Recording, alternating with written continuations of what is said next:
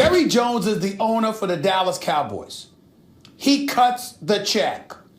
And this man has come out publicly and all but said, I hope something happens to Dak Prescott so Tony Romo could get up in there. This ain't a bus driver we're talking about here. This dude is something special. How in God's name does that benefit Dak Prescott? What's inescapable and what is undeniable is the fact that Jerry Jones has made it very, very clear he don't want Dak to be that guy. All right, Will Kane back with us. So, Will, that was earlier in the show. You were not with us I didn't miss at the time. I promise you, I didn't miss okay. it. Yeah. What was your reaction to Stephen A. and Max right there? Well, I've had time to recover, but I was a little worked up about it. I mean, we also left out the key word, I think, which was you said Jerry Jones, Stephen A. was trying to sabotage Dak Prescott. That's interesting. That's interesting. And Max says Jerry Jones has called Dak Prescott a bus driver. So let's make a couple quick points. It's amazing to me your low opinion, both of you, your low opinion of Dak Prescott. See, I have made the argument from time to time that the Cowboys should consider when they would move towards Tony Romo, that if Dak puts together a couple more games that are below average or not up to what the standards are of a Super Bowl team, they should consider Tony Romo. And the feedback I constantly get is, you don't care about this team, you're trying to undercut Dak? It's the same thing you're doing. You guys think Dak can't handle this? You think Dak's confidence is that weak? You think Dak's belief in himself is subject to the latest comments from you or Jerry Jones or me? That is a low opinion of Dak Prescott. Earlier in the show, you both said, to your credit, that Dak could handle the outside pressure. If you can walk that far, why do you take such a left turn at the last moment? Stephen A., I know the answer with you. Jerry Jones wants to sabotage Dak Prescott. Your answer for that left turn out of nowhere is simply your bias. You just can't see the Cowboys the right way. You've admitted on the show that your emotion has clouded your judgment. But Max, you're a man who prides himself on being rational. If you could see the world in ones and zeros, that would be your preference. You want to see it all add up mathematically. But you say that Jerry Jones called Dak a bus driver? Yeah. You know he did not do that. You know how to read that quote, Max. He said He said Tony Romo is not a bus driver in comparing him to other backup quarterbacks, not in comparing him to Dak. No, a bus driver is a backup quarterback. Tony's not. He's saying most backups are bus drivers, and Tony is not. Boy, you read that. I don't know what your reading comprehension scores were, Will, but boy, you got that one wrong. Sorry. You are. First, I thought you were just creating a straw man in me to have something to whack at, because I agree that Dak Prescott's mentally very strong, obviously, and this kind of criticism is not going to affect him the way it would affect somebody else. But to argue that Jerry Jones is referring to other backup quarterbacks as bus drivers, when bus driver could be heard as game manager, and he's clearly saying Tony Romo is better than that? Who do you think he's talking about? This isn't a debate. I'm sorry, bud. You were wrong on this. The reading comprehension is clear. He's referring to other backups. He's saying our $100 million guy over here, $100 million guy, we're not talking about this being Kyle Orton over there. We're not talking about this being a bus driver. He's not saying the guy who's in the game, who's won him 11 games, is a bus driver. He's simply not doing that. He's saying Tony Romo is more than a guy who doesn't make mistakes and is a game manager. Bus driver might as well be read as game manager, which is what Dak Prescott's been accused of being, even though he's more. First of all, game manager is not a dirty word. And secondly, Dak Prescott's clearly shown to be much more than that. When he says that, he is elevating Romo at the expense of Dak. Stephen A.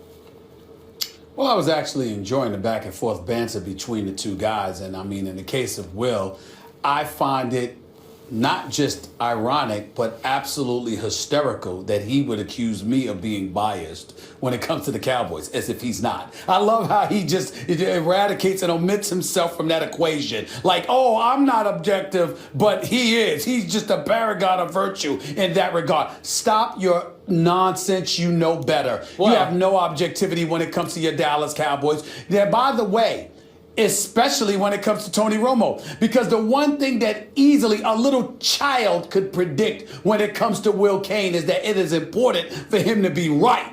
And how in God's name could you possibly be right if you ignored what Jerry Jones is trying to do with Tony Romo? You probably are the only person on the planet that wants Tony Romo in the lineup more than Jerry Jones. So who are you to sit up there and pick apart my statement, which are very obvious, by the way.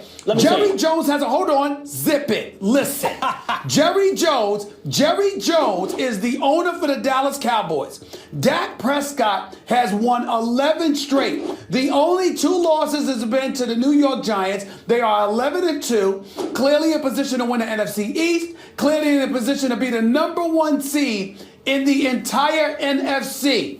And yet Jerry Jones is talking about what a great moment it would be if Tony Romo found his way back into that lineup. What do you call that, Will? What do you call it? Honesty.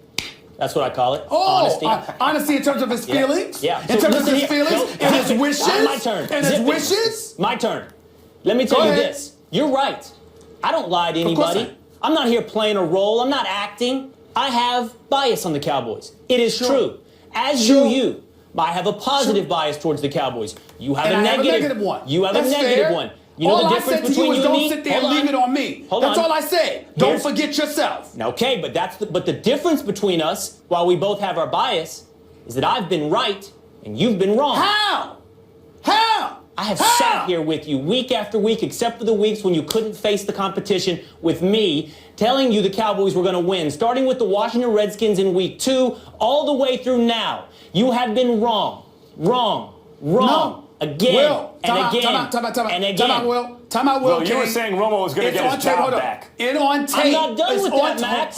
It's not over. Hold it, Will. You sounded like that dude from Saturday Night Live that played Tim Kaine. Relax, chill out. Here's the deal, okay? I am on the record saying that the Dallas Cowboys, before the season began, would win the NFC East. That's number 1. Number 2, I said ain't no way in hell they're winning the Super Bowl. Come to me in February and let's see if I'm wrong. Number 3, what I said is this. Why are you rooting for Tony Romo? Me personally, if Tony Romo is back in the lineup, it will ensure that Jerry Jones has messed it up and the Dallas Cowboys are going down. So I won't mind. You want Tony Romo regardless of what Dak Prescott does, but you call yourself a Cowboy fan when in fact you're really rooting for Tony Romo? How do you explain that? And Will, Max. To sit there and say that you've been right and Stephen A's been wrong about the Cowboys all year. Yeah, this is the year that the Cowboys have so far gone 11-2. Yeah. The Cowboys fan is going to be right a lot that year. I mean, you know, it's been a good year, that's just Max. the way it goes. Yeah, it's been a good year. Yes, it has if you're a Cowboys fan so far. Final points on this. The Jerry Jones and how do I explain myself to you, Stephen A. Jerry Jones is being honest. He's not painting it or spinning it or being a politician. He's acknowledging that he has an emotional connection to Tony Romo. And the story would play out well. The story would play out well that the franchise quarterback would win the Super Bowl. But he doesn't want to sabotage Dak. Neither do I. I think the Cowboys can win a Super Bowl with either.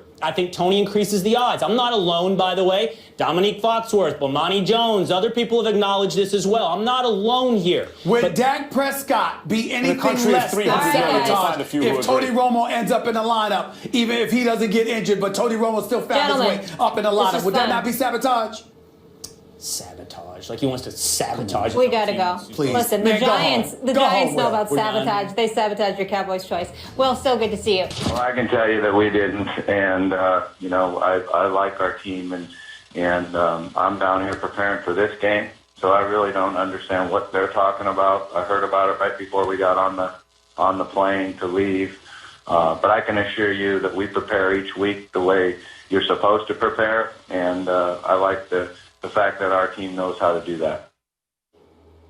So that was Louisville head coach Bobby Petrino denying the team ever saw any of Wake Forest plays when they played in November. Now, these comments are contrary to information from an investigation which revealed a former Wake Forest coach and radio announcer, Tommy Elrod, leaked plays to opponents, including Louisville. Petrino's comments also contradict the school's official statement that I'm going to share with you now. Our offensive coordinator, Lonnie Galloway, received a call from Elrod during the week of the Wake Forest game and shared some information with him that week. Among the communication were a few plays that were sent and then shared with our defensive staff. None of the special plays will run during the course of the game. Our defense regularly prepares for similar formations every week in their normal game plan.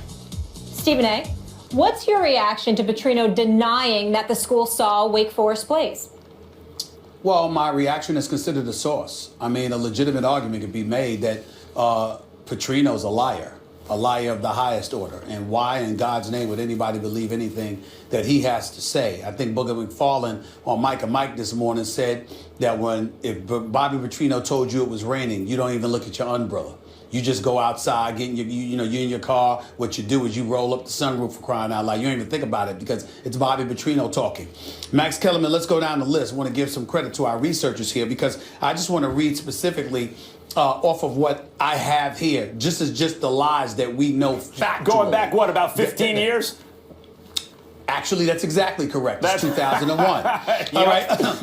You got Petrino, then the offensive coordinator with the Jacksonville Jaguars, takes the Auburn offensive coordinator job without telling Tom Coughlin, then the coach of the Jaguars before he went to the Giants, of course. Then in 2003, he's the Louisville coach. He accepts the job, but he interviews for the Auburn job, denies it until Auburn issues a statement acknowledging that they interviewed him on several occasions. Then Petrino asked for forgiveness and attributes and chalks it up to being a quote-unquote young coach. Then from 2004 to 2006, he interviewed for the Raiders job in the NFL, the Notre Dame job, and the LSU job in college football, denying it each time until get busted. Then in July 13th, 2006, he signs a 10-year deal with Louisville, all right, swearing how much he loves it and he wants to stay there. But then at the same time, he's also looking for another job. In 2007, less than 6 months after saying he was at Louisville forever, he takes the Falcons head coaching job. Then he skips out on the Falcons job after promising to stay there, okay? I mean, just the laundry list of lies. I don't even have time to read it on national television. How many times? It's one thing to lie. It's another thing entirely to lie pathologically. But then to make matters worse, get busted each and every time and still lies again. I mean, you can't make this stuff up. So now we got to do. That's right. And now we got to do. Go ahead, Max. What do you mean? It might be worse because those are the times we're aware of that he lied. Right. You know, we think he's bad at lying because he gets caught a lot. What if he's really good at lying and those are the times he got caught, but not all the other times? This dude is pathological. And then here's the deal. You got this dude at Wake Forest, this dude, Elrod. First of all, not only should he be banned from Wake Forest, he should be banned from the city of Winston-Salem, North Carolina, which is where I went to school at Winston-Salem State. We don't like liars in those parts, okay? We don't like lies anywhere, but especially in those parts. She shouldn't even be allowed in city limits. Shouldn't even be allowed in city limits. But then to sit up there and to call and try to give the plays and stuff, and then you got a coordinator that actually took the call, took some notes, shared it with the defense, etc. etc. This is all stuff that happened under Bobby Petrino. So to me, consider the source. The man lies religiously. The only thing you can trust Bobby Petrino about is his name. His name is clearly Bobby Petrino. We can confirm that. Are you sure? Outside of that, you can't believe a damn thing the man says. It's just that simple. Look, in the words of Ed Lover, come on, son. You got the info, but you didn't use the info. Come on now. Even if someone totally credible made that claim, we would be dubious, right? Your reaction would be a cynical one. But this is not someone totally credible. He's a good coach. But and maybe the way the NCAA and college is set up, good coaches will tend to stretch the truth at times. But this guy has a reputation, even by those standards, that is different than others. He is known as a guy who's not trustworthy. That's his reputation, anyway, as I understand it. And in this case, even were he credible, it would be a stretch. But he isn't. I don't find him credible here. And given his reputation, less credible than even someone else might be. So at a certain point, it becomes farcical. I mean, does anyone believe him? Well, you know what the other thing, Max, that no one's considered? The kind of aspersions this could potentially cast upon a Lamar Jackson or anybody else. And here's why I say that. Certainly we saw how great Lamar Jackson is, how special he is, and he has nothing to do with something like this. But when you talk about a coach and a particular institution willing to potentially, because they've denied it, yes, we saw it, but we didn't use anything. It wasn't a part of our playbook scheme for that particular game and all of that other stuff. How do we know this is the only time something like that has happened? How do we know this is the only time that something like that has been used to the advantage of a Bobby Petrino coach team? So it brings anything associated with him into the equation. Here's the bottom line. You're right. You're right. But if you're a player and someone gives you information or puts you in a position to do better, succeed, have a competitive advantage, I don't know that it's incumbent upon the player to question where the information is coming from. No, I'm not saying okay, that. Coach, you want me here? I'm going there. That's not what I'm saying. But it tarnishes somehow them in some way. and I think that if anyone's thinking that way, it's not fair to the players. Well, it's not that you're holding the player accountable. You're saying that the coach he answers to has contaminated stuff. He's fogged, just the genuine feelings of laudables that you want to throw in the direction Here's of that a question for you, player. Stephen A. Here's a question. How many coaches, what percentage of coaches do you think in college football, or were you a coach even, and someone handed you the other guy's playbook, how many turn it down? Do you turn it down? I would turn it down. Yeah, I would turn it down. I don't know how many do. If they're handed the keys, how many say, no, take the keys back? I'm not a winner if I cheated to get there. Anything that's within the rules, I'm cool. Like, for example, if I got a scout team and we're scouting you and we figure stuff out and know what you're doing based on what we've seen and things of that nature, that's fine. But if I know that I'm doing something salacious, if I know that I'm doing something underhanded, then to me, that's not winning. That's cheating. And if the coach of a college program can't have that mentality, I certainly don't want my child playing for. But even if you don't instigate the cheating, if you're the beneficiary of it, the world is teaching people, and children included, that as long as you don't get caught, and sometimes even if you do, that you can benefit from cheating. And this is an issue that's even affected our national politics at times. Oh, gosh. So I mean, this is the lesson that we preach. There's a South Park episode about this. It's really good, and it involves Bill Belichick, in fact. That's not the idea that, well, if you're a winner, you don't cheat. That's not the message I think most people get through their life experience in reality. Okay. All right.